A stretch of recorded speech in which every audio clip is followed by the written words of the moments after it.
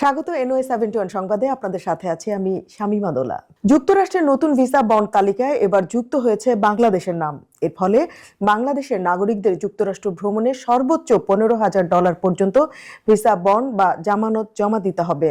যুক্তরাষ্ট্রের পররাষ্ট্র দপ্তর 6 জানুয়ারি ভিসা বন্ডের আওতায় পড়া দেশগুলোর তালিকা আপডেট করেছে। এতেই যুক্ত হয়েছে বাংলাদেশের নাম। বাংলাদেশ সহ মোট 38টি দেশের নাম এখন এই তালিকা রয়েছে। নিয়ম অনুযায়ী এই 38 দেশের নাগরিকদের যুক্তরাষ্ট্রে ভিসা পাওয়ার জন্য $5,000 থেকে $15,000 পর্যন্ত ভিসা বন্ড জমা দিতে হবে। মার্কিন স্টেট ডিপার্টমেন্টের হালনাগাদ তথ্যে এই নতুন দেশগুলোর তালিকা ও কার্যকর হওয়ার তারিখ প্রকাশ করা হয়েছে।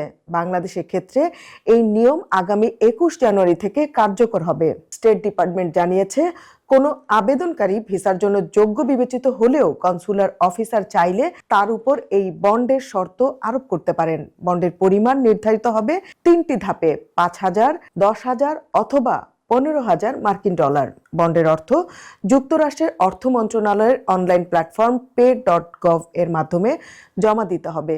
তবে কনসুলার অফিসার নির্দেশনা দেওয়ার আগে কোনো অর্থ জমা না দেওয়ার জন্য সতর্ক করা হয়েছে। স্টেট ডিপার্টমেন্ট জানিয়েছে, কোনো আবেদনকারী ভিসার জন্য যোগ্য বিবেচিত হলেও কনসুলার অফিসার চাইলে তার উপর এই বন্ডের শর্ত আরোপ করতে পারেন। বন্ডের পরিমাণ নির্ধারিত হবে 3টি ধাপে: 5,000, 10,000 অথবা $15,000 বন্ডের অর্থ যুক্তরাষ্ট্রের অর্থ মন্ত্রণালয়ের অনলাইন প্ল্যাটফর্ম pay.gov এর মাধ্যমে জমা দিতে হবে। তবে কনসুলার অফিসার নির্দেশনা দেওয়ার আগে কোনো অর্থ জমা না দেওয়ার জন্য সতর্ক করা হয়েছে। যুক্তরাষ্ট্রের দাবি, মূলত যেসব দেশের নাগরিকদের যুক্তরাষ্ট্রে গিয়ে ফিরে না আসার হার বেশি, সেসব দেশকেই এই তালিকার অন্তর্ভুক্ত করা হয়েছে।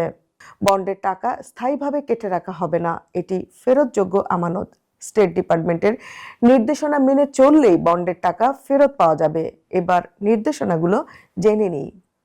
যদি ভ্রমণকারী অনুমোদিত সময়ের মধ্যে অথবা তার আগে যুক্তরাষ্ট্র ত্যাগ করেন, যদি ভিসা পাওয়ার পর তিনি যুক্তরাষ্ট্র ভ্রমণ না করেন, যদি মার্কিন বিমানবন্দরে তাকে প্রবেশ করতে বাধা দেওয়া হয়, তবে যদি কেউ নির্ধারিত সময়ের বেশি অবস্থান করেন বা যুক্তরাষ্ট্রে গিয়ে স্ট্যাটাস পরিবর্তনের আবেদন করেন, তবে সেই জামানতের টাকা বাজেয়াপ্ত করা হবে।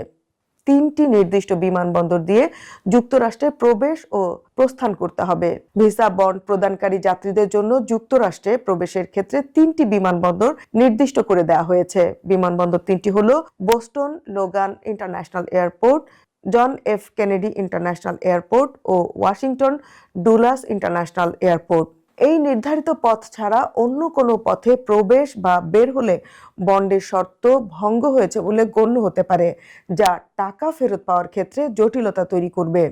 এই নিয়মের ফলে বাংলাদেশিদের জন্য মার্কিন ভিসা পাওয়া আরও ব্যয়বহুল ও জটিল হয়ে উঠবে। আজ এ পর্যন্তই। NY71 এর সাথেই থাকবেন।